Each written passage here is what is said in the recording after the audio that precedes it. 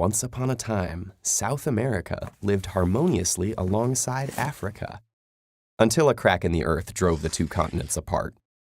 This breakup began about 200 million years ago, during the separation of the supercontinent known as Pangaea. Their proximity back then explains why the same plant fossils and reptile fossils like the Mesosaurus can be found on the South American east coast and African west coast. However, this evidence does not account for how the continents moved apart. For that, we'll need to take a close look at the Earth below our feet. Though you may not realize it, the ground below you is traveling across the Earth at a rate of about 10 centimeters per year, or the speed at which your fingernails grow. This is due to plate tectonics, or the large-scale movement of Earth's continents. The motion occurs within the top two layers of the Earth's mantle, the lithosphere and asthenosphere. The lithosphere, which includes the crust and uppermost mantle, comprises the land around you. Beneath the lithosphere is the asthenosphere, the highly viscous but solid rock portion of the upper mantle. It's between 80 and 200 kilometers below the Earth's surface. While the asthenosphere wraps around the Earth's core as one connected region, the lithosphere is separated on top into tectonic plates. There are 7 primary tectonic plates that compose the shape of the planet we know today. Like the other smaller tectonic plates, the primary plates are about 100 kilometers thick and are composed of 1 or 2 layers, continental crust and oceanic crust. Continental crust forms the continents and areas of shallow water close to their shores, whereas oceanic crust forms the ocean basins. The transition from the granitic continental crust to the basaltic oceanic crust occurs beyond the continental shelf, in which the shore suddenly slopes down towards the ocean floor.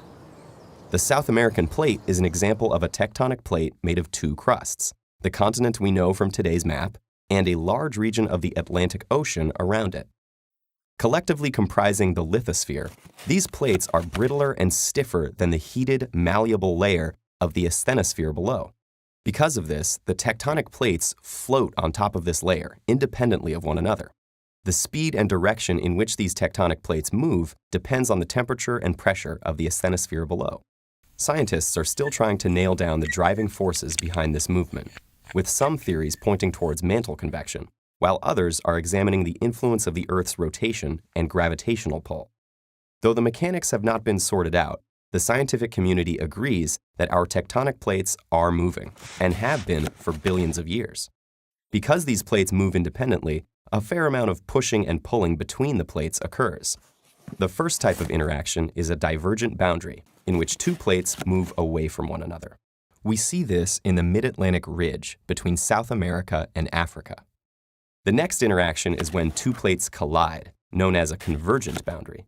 In this instance, the land is pushed upward to form large mountain ranges like the Himalayas. In fact, the Indian plate is still colliding with the Eurasian plate, which is why Mount Everest grows 1 centimeter per year. Finally, there's the transform boundaries, where 2 plates scrape past one another. The grinding of the transform boundary leads to many earthquakes, which is what happens in the 810-mile-long San Andreas Fault. The moving Earth is unstoppable, and while a shift of 10 centimeters per year may not seem like a lot, over millions of years, our planet will continue to dramatically change. Mountains will rise, shorelines will recede, islands will pop up. In fact, one projected map shows the cities of Los Angeles and San Francisco on top of each other. Maybe South America and Africa will come together again too. Only time will tell.